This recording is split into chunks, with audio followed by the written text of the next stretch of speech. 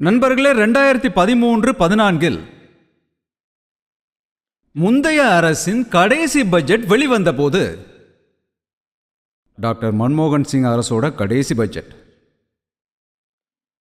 அது 16 லட்சம் கோடி ரூபாய்க்கானது. 16 லட்சம் கோடி. இன்று நமது அரசின் கீழ் இந்த பட்ஜெட் 3 மடங்காக உயர்ந்து 48 லட்சம் கோடி ரூபாயாக உள்ளது.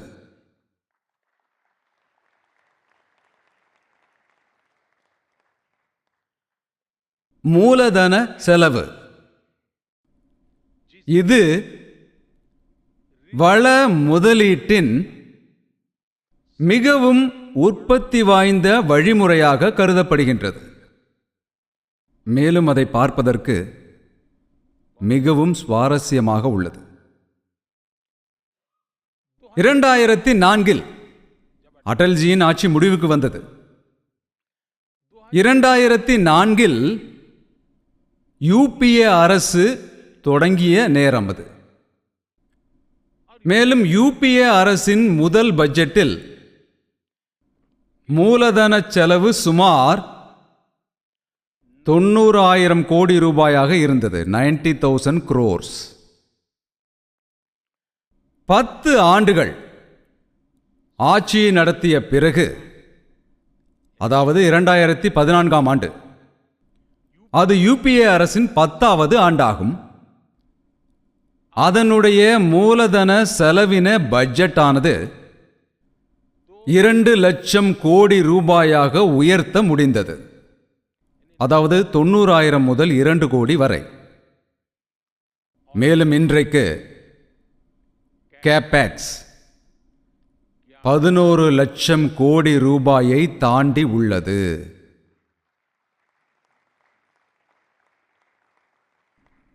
அதாவது 2004 முதல் 2014 வரையிலான 10 ஆண்டுகளில் கேபெக்ஸ் எப்படியோ இரட்டிப்பு ஆகி உள்ளது.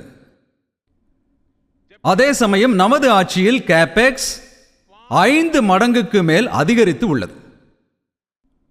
மேலும் நீங்கள் வெவ்வேறு துறைகளை பார்த்தால், இந்தியா இன்று ஒவ்வொரு துறையின் பொருளாதாரத்திலும் இது எவ்வாறு கவனம் செலுத்துகிறது என்பது, அது பற்றிய துல்லியமான யோசனை உங்களுக்கு கிடைத்திருக்கும்.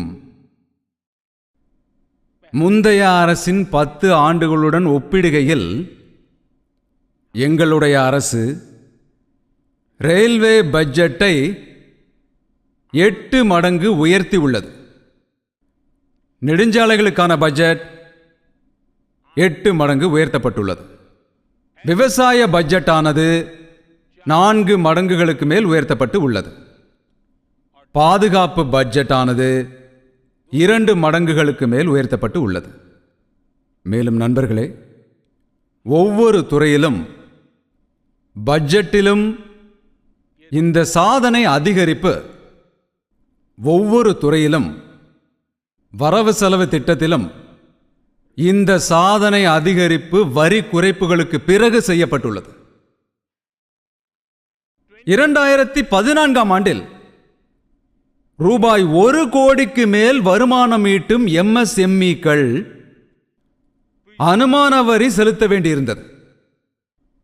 1 கோடி.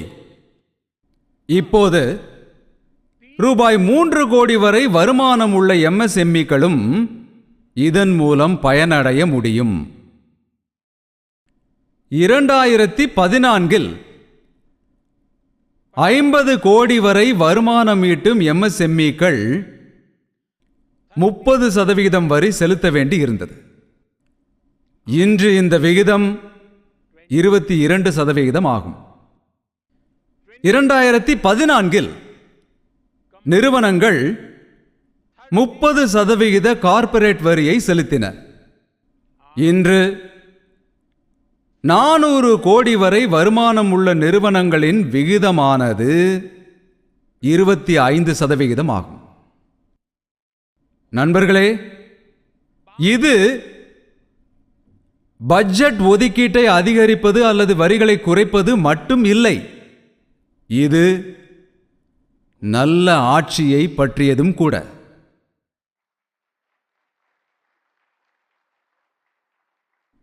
இதற்கு ஒரு உதாரணம் சொல்கின்றேன்.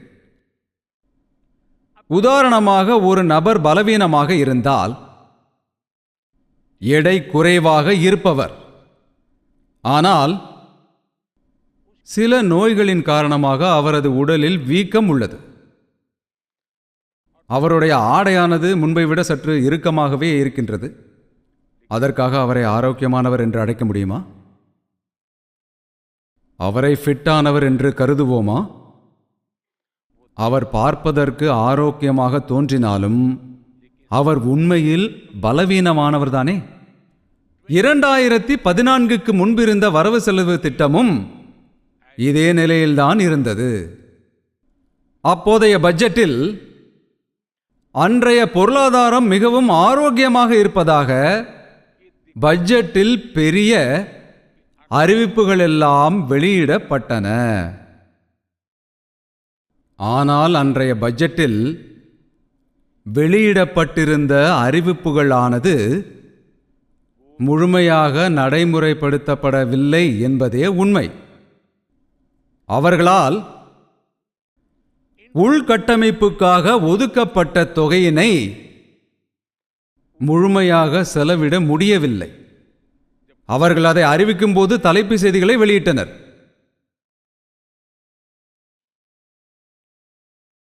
பங்குச் சந்தையிலும் அப்படி இப்படி கொஞ்சம் காட்டியிருக்கலாம். திட்டப்பணிகளை உரிய நேரத்தில் முடிப்பது என்பது அதில் முந்தைய அரசுகள் கொஞ்சம் கூட கவனம் செலுத்தவில்லை. நாங்கள் 10 ஆண்டுகளில் இந்த நிலைமையை மாற்றி உள்ளோம்.